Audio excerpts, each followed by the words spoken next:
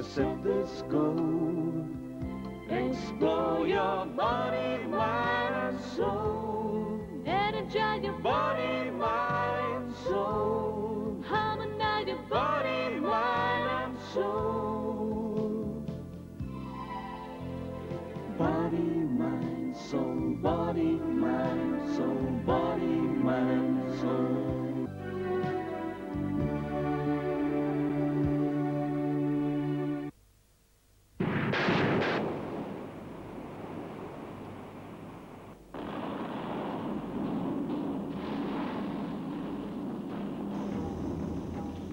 The origin of the world is not fully documented. There are many theories of how, in the boiling pot of celestial natural events, the ingredients that support life were created. What is obvious is that human beings, the plant and animal kingdom, took shape in that rich tapestry of creation called life. While the lifestyles of some of the civilizations of the past were fairly primitive by today's standards, others were highly evolved.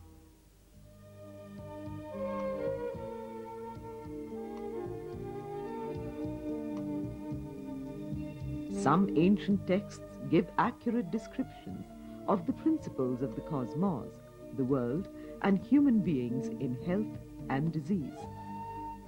There are good indications to show that older civilizations had evolved certain principles of being and living to create balance and harmony of man within himself, in all aspects of the mind, body, and soul, as well as with nature and other species around him.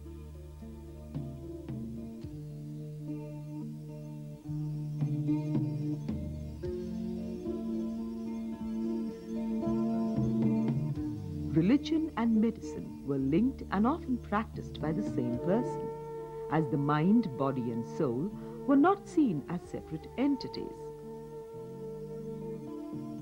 Many centuries later, after development of innumerable theories and systems of medicine promoting health and fighting disease, we are still grappling to understand fully the interaction of the body, mind, and soul. Body, mind, soul. Most people think of them as separate entities. Depending on the society you live in or the group or religion you belong to, these words may hold special power or significance for you. These concepts have been designed to stay healthy, give meaning to life, and avoid disease. But it is clear that health must encompass all these three concepts of body, mind, and soul.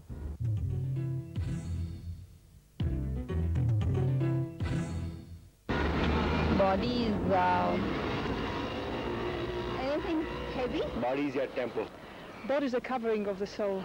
Flesh, bones. A physical manifestation of life.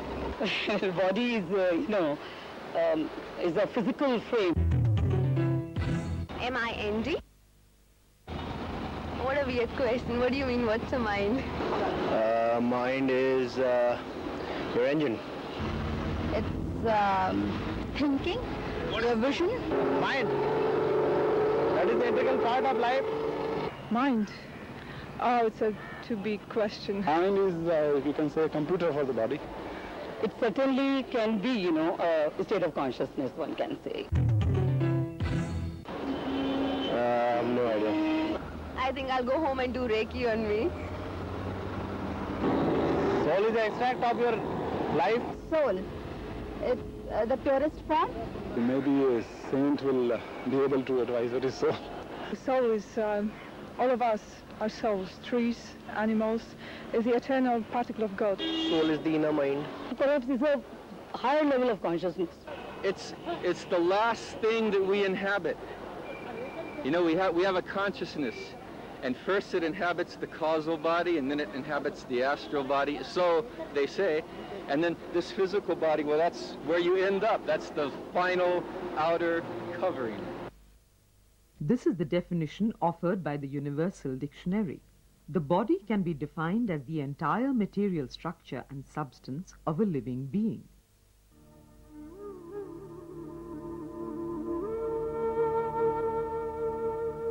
The mind can be defined as that part of a living being which is the focal point of its thoughts, knowledge, sanity, and intellect. The soul is defined as the essence of a living being, which decides the moral and emotional nature of a living being.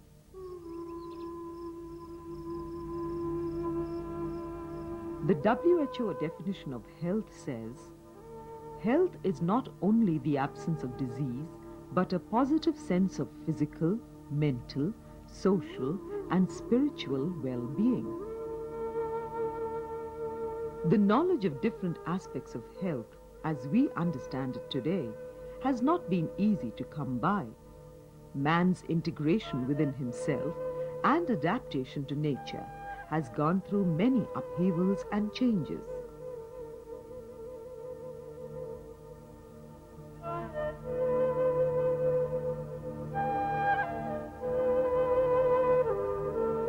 In the field of medicine, till about 100 years back, the treatment was mainly through herbs, rest, good nutrition, and sanitation.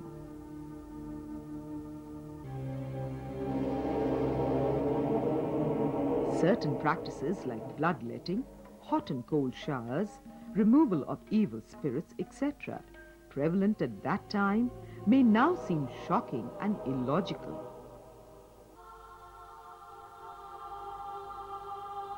An important advance made was the isolation of active ingredients from plants for medicinal purposes, thus initiating the era of specialization.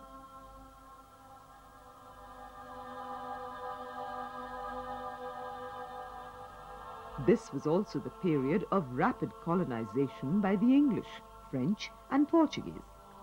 Allopathy, as the modern medicine was being called then, was the system adopted by these conquering countries. Allopathy replaced by force or by emulation the existing systems of traditional medicine in the conquered countries like India. After independence, the need for creating better and equal opportunities for all systems of medicine and their availability to the general public was felt. This need led to the enactment of laws, setting up of committees and institutions which have brought about major changes in aspects of health in India.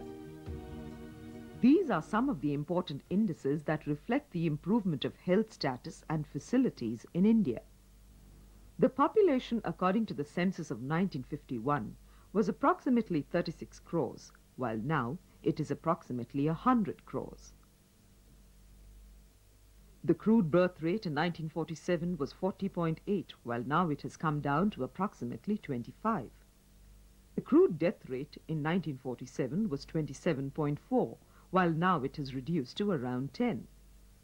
The infant mortality rate, a very sensitive indicator of health services, was 146 per 1,000 live births in 1947, but stands around 80 now.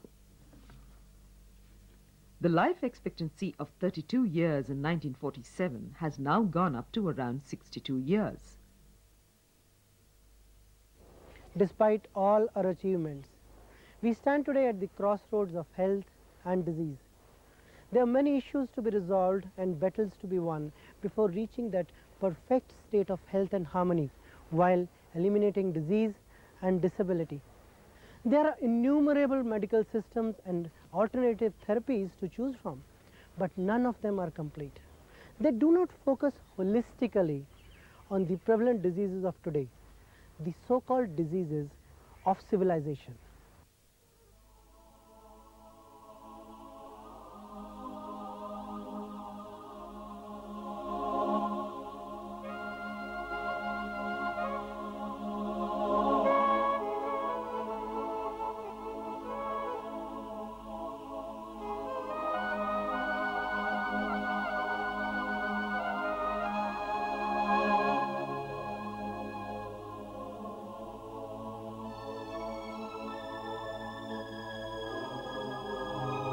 While we have conquered the epidemics which used to kill millions in the past, we have gotten stuck with those illnesses which relate to our lifestyle.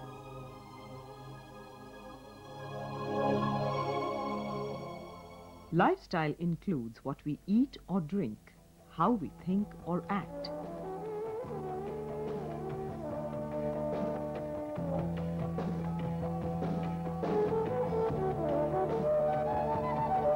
We, the civilized, are the haves.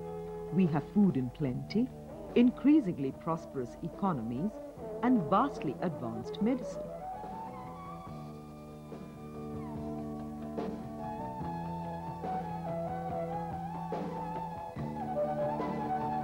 We also have high blood pressure, heart disease, cancer, diabetes, depression, drug abuse, and AIDS.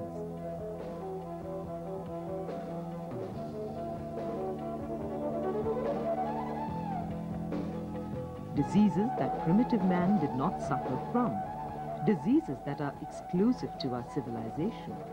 That is why the challenges to health in all its aspects would need to be dealt with holistically, encompassing the various dimensions of health promotion and prevention, apart from treatment.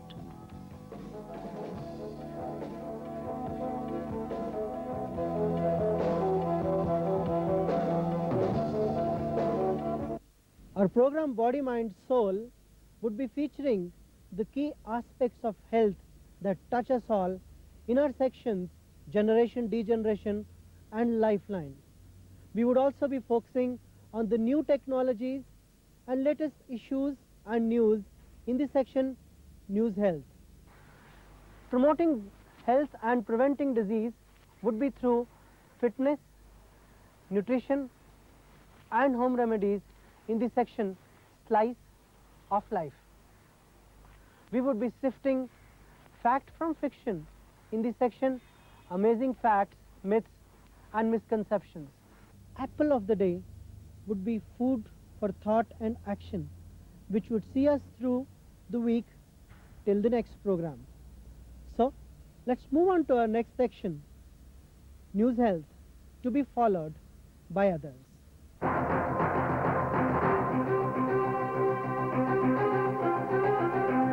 For those who want to throw away their eyeglass or get rid of their contact lenses and wear that natural look, LASIK may provide the answer. This is a highly advanced vision corrective procedure known as laser in situ keratomileusis, in short LASIK.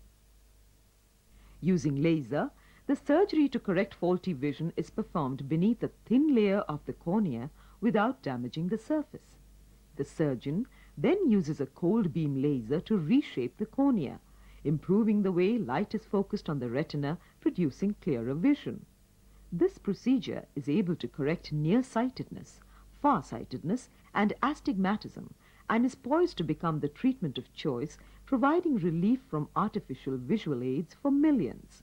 It is estimated that about 50% of the population requires glasses or contact lenses. But this being a costly procedure, yet costing 20 to 30,000, it may be suited for everyone's eyes, but not for everyone's pockets. A 5-judge Constitution bench of Supreme Court recently ruled that special provisions like reservations for scheduled caste, tribes, or other backward classes were not permissible in admission to super speciality courses, and no special provision is permissible, they being contrary to national interest. Merit alone can be the basis for selection. The court also held that there cannot be a wide disparity between the minimum qualifying marks prescribed for the general and reserve categories, even for admission to the postgraduate level in medicine. Well, I think it should be abolished from undergraduate courses as well. And I have my friends, so-called OBCs and belonging to ST, SC categories, but they are definitely from a very well background. I mean, they are pretty well, financially well, everything is well. I mean, hardly even 5% students are there who are actually coming from a bad background. That is, financially very, unsound. But that is the case with general categories as well. Even some of the students in general categories have a, financially weak background. So, I don't think it's not unfair. I mean, it has been happening from past 50 years, and I think many of their families have got, real good benefit out of that. They should have done this much before, because it's very unfair for those students who prepare all the time and they just don't get anywhere because of these reserved seats. There's already so much competition and so less seats, so I think it's pretty fair. I think that reservation to bring the fairness to these certain amount of people, it should be done at the level of primary education and not at the level of higher studies. If you want to give them equal opportunities, do it at the primary level, do it at the level of schools. I can't say if it's unfair or not. It is unfair in a way, but one can also say that it's unfair to others if we keep strict reservation and take people who don't deserve to get in. Actually, there are two faces of this. So on one side, I feel that because medical profession is so linked to human life, we can't take people's lives for a ride by keeping reservations. Whereas I also feel that since we have reservations in every other category, and we do need to keep reservations because people have been subjected to ill treatment for so many years. So I'm not very certain about how I feel about it, but there are two faces for this. It said, admissions to the highest available medical courses in the country at the super speciality levels, where facilities for training are limited, must be given only on the basis of competitive merit. There can be no relaxation at this level.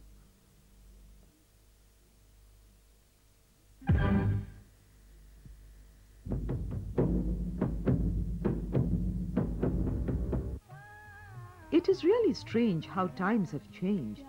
Earlier on, we used to wait for days altogether for a piece of information.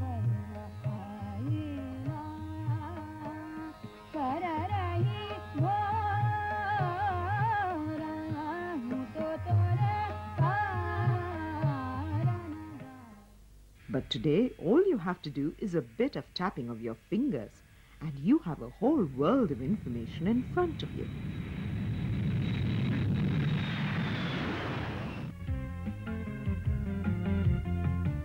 Today we uncover one such site on health, Adam.com. For accessing any site, medical site or any site, first thing what you have to do is go to the particular browser that you have, maybe that is Internet Explorer or Netscape Navigator or Netscape the Communicator. Open the browser, and there inside the browser, once you are in the browser, then you type the name of the site you want to go, and then you go there. Like here we have our Netscape Communicator. This is the web browser. First you open the browser.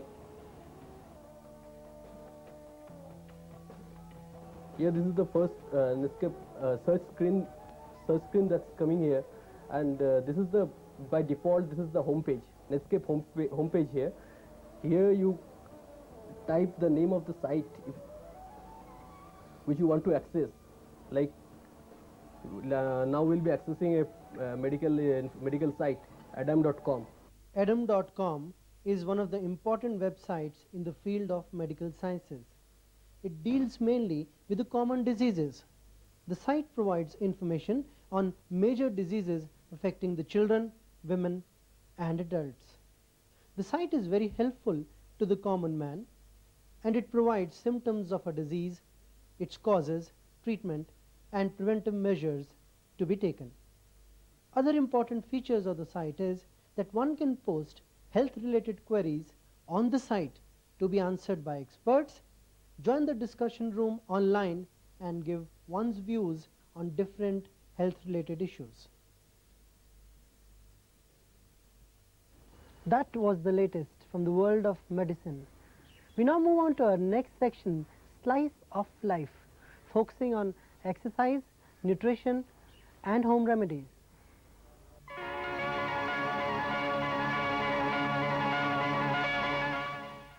Most people panic when they are bitten by a dog, and rightly so, as it might be a carrier of the deadly rabies virus. Here is what to do. Wash the affected area thoroughly with ordinary bar soap or a detergent used for washing clothes.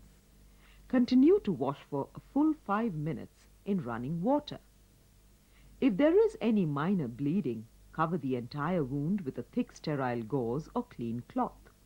If both are not available, clean your hand and press it firmly against the wound. Call on your doctor for further treatment. Anti-tetanus or anti-rabies shots if required. Well, every man aspires and dreams of good health. But then what is good health? Good health, as defined by WHO, is a complete state of physical, mental, social and spiritual well-being, and not merely being free from disease. Next to air and water, food is the basic requirement for man. But what he eats is important, and that will determine the health in future and how well he remains through his life. So good eating habits should start from childhood, go through adolescence and carry on till good old age. Now, what is good eating habits? One must eat from a well-balanced diet, eating from the 4 food groups. The 4 food groups are milk and milk products, cereals, dals, and the last and the most important, fresh fruits and vegetables. The rest of the calories may be made up according to his requirement from the remaining fats and sugars, which will give him the basic energy requirement. The energy requirement may change depending on age, sex and his activity. One must eat good food, and the new latest fad of having pizzas, noodles, that should be avoided. Nothing like a combination of a cereal and dal. That makes it an A-class protein, substituting for non-veg proteins too. Eat bran atta, that is whole wheat atta, which will give you some vitamins too. Eat small meals, eat in equal intervals, which is better than having one heavy meal. The age-old thing of having a heavy breakfast like a king, a lunch like a commoner, and dinner like a pauper still stands good today. Eat in a relaxed atmosphere. Do take a break for 15 minutes. Eat well and enjoy the food, because that's what it's meant to be. So the slogan for the day is, take a break, enjoy, and lead to good, healthy, physical and mental well-being. There are various benefits of exercising. The physical benefits are, that it enhances your immune system, it strengthens your cardiovascular system, it activates your metabolism. Apart from that, the most attractive benefit is that you lose weight. That is what most of the people look for. Whereas mental health is concerned, you feel good after a hectic day life, it relaxes you mentally, and you feel high after the class. So it's like it works as an addiction.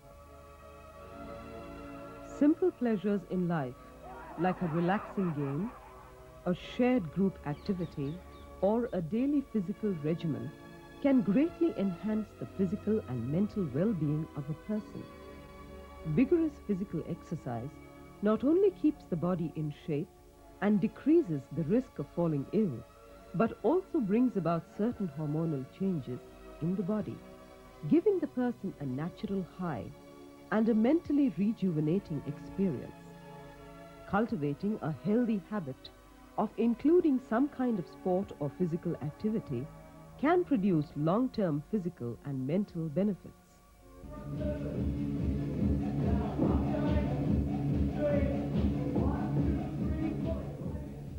There are different kinds of aerobic exercises like step aerobics, dance aerobics, plus calisthenics, which is complete floor exercises,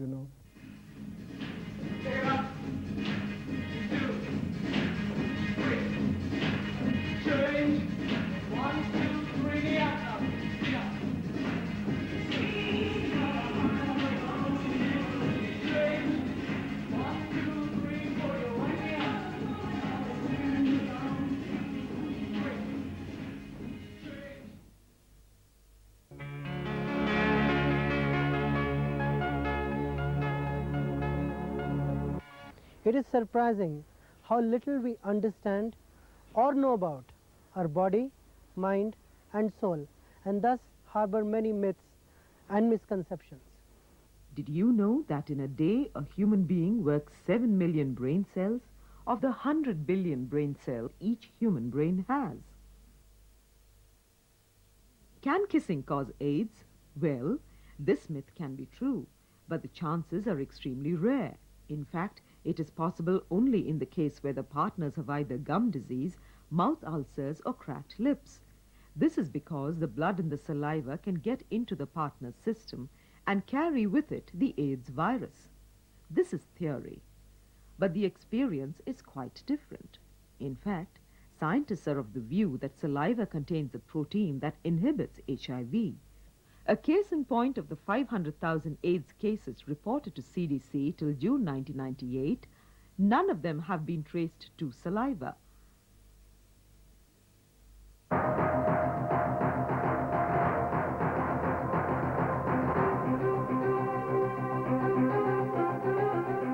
Natural forces within us are the true healers of the disease. Today we have explored some of the relevant aspects of health and ill health. In the coming weeks, we will continue to present different dimensions that will enable and empower you to stay healthy in body, mind, and soul. To get your heart's desires, just set this goal. Explore your body,